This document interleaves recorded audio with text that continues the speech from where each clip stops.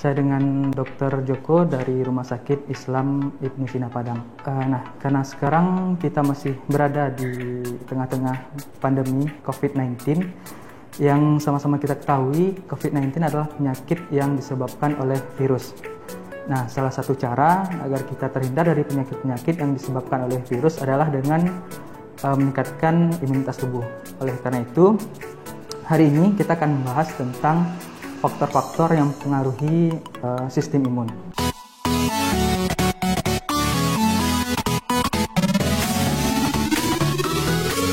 Sistem imun adalah sistem kekebalan tubuh yang fungsinya adalah untuk melindungi tubuh kita dari benda-benda asing yang masuk, baik itu kuman seperti virus ataupun bakteri. Nah, selain itu ada istilah lain, respon imun. Respon imun adalah respon tubuh atau respon sistem imun terhadap benda asing yang masuk. Nah, untuk respon imun ini ada yang normal dan ada yang berlebihan atau biasa kita sebut dengan autoimun. Nah, analoginya kalau kita ibaratkan tubuh seperti sebuah negara, jadi negara itu mempunyai sistem pertahanan yang fungsinya untuk menjaga, melindungi, dan mempertahankan negara tersebut. Nah, biasanya bertugas adalah para tentara. Nah, begitu juga dengan tubuh kita. Di tubuh juga ada tentara-tentara yang bertugas untuk melindungi atau menjaga tubuh kita. Nah, kalau kita ibaratkan tentara tersebut sebagai sebuah sistem, namanya adalah sistem pertahanan atau sistem kekebalan tubuh.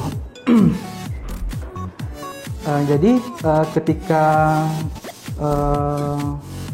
virus atau bakteri masuk dalam tubuh kita, ada sel-sel dari tubuh kita yang bekerja atau bertugas untuk melindungi tubuh kita, sehingga bakteri atau virus tersebut tidak masuk ke dalam tubuh kita.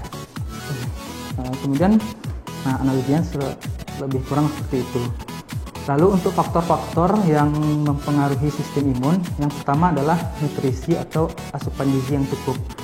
Nah, untuk nutrisi ini itu mencakup karbohidrat, protein, lemak, vitamin dan mineral. Dan yang paling utama adalah protein dan karbohidrat sebagai sumber energi. Nah, yang kedua adalah tidur atau istirahat yang cukup. Tidur itu sangat berpengaruh terhadap tubuh kita, baik itu konsentrasi, pola pikir, termasuk sistem pertahanan atau sistem kekebalan tubuh kita. Jadi saat kita kurang tidur atau kurang istirahat, itu akan menyebabkan menurunnya sistem kekebalan tubuh, sehingga kita lebih rentan terkena penyakit ataupun terkena infeksi, baik itu bakteri ataupun virus. Nah, lalu apa hubungan antara kurang tidur dengan sistem imun? Jadi, di dalam sistem imun alami itu ada yang disebut dengan NK cell atau natural killer cell. Nah, NK cell ini diibaratkan sebagai agen rahasia yang tugasnya untuk mengidentifikasi zat-zat berbahaya atau zat-zat yang tidak dibutuhkan oleh tubuh, nantinya untuk dibuang atau dieliminasi.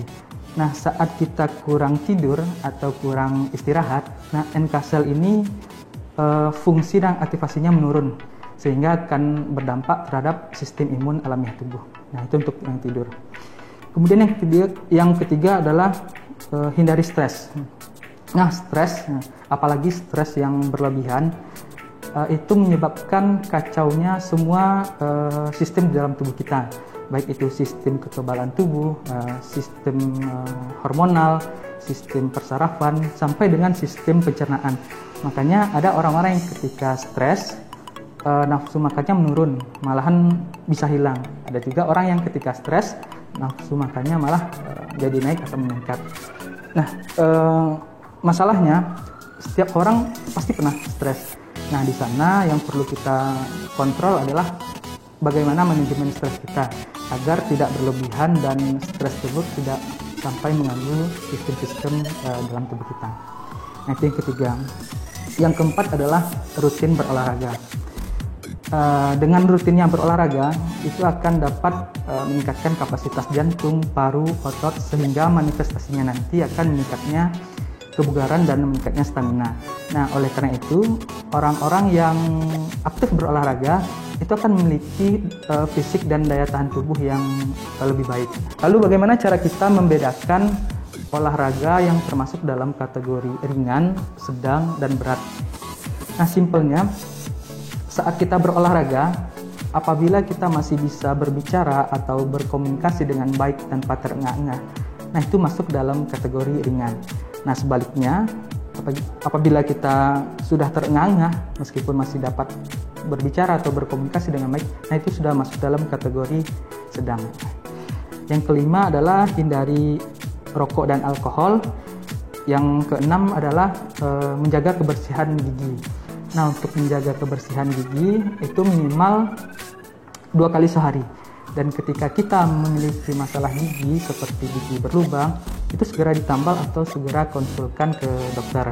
Nah, karena gigi yang berlubang itu mudah tersimpannya sisa-sisa makanan yang nanti akan menjadi sarang yang baik untuk bakteri untuk tumbuh dan berkembang, yang nanti ujung-ujungnya akan menyebabkan berbagai penyakit seperti sinusitis atau abses yang dapat menyebabkan daya tahan tubuh kita turun.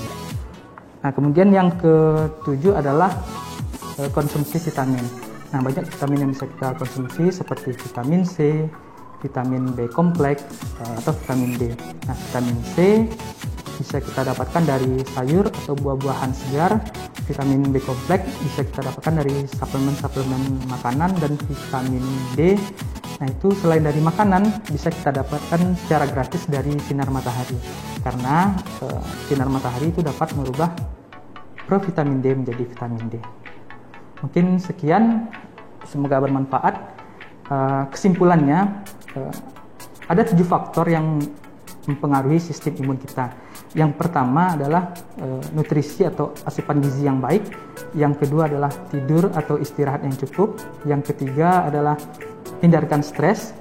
Yang keempat, rutin berolahraga. Yang kelima, hindari rokok dan alkohol. Yang keenam, jaga kebersihan gigi dan mulut. Dan yang ketujuh adalah konsumsi vitamin. Mungkin sekian, semoga bermanfaat. Tetap jaga kesehatan. Assalamualaikum warahmatullahi wabarakatuh.